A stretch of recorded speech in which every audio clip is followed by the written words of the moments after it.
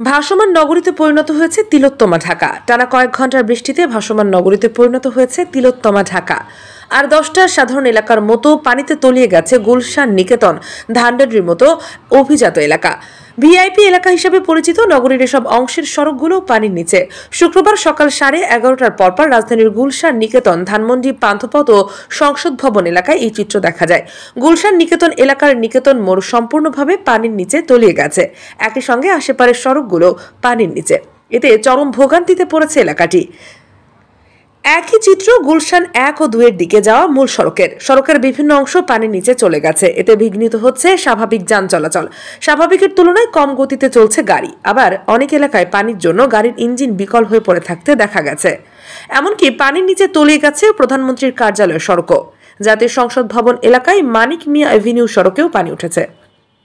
Sheikh Masuma, news desk, ATV সংবাদ।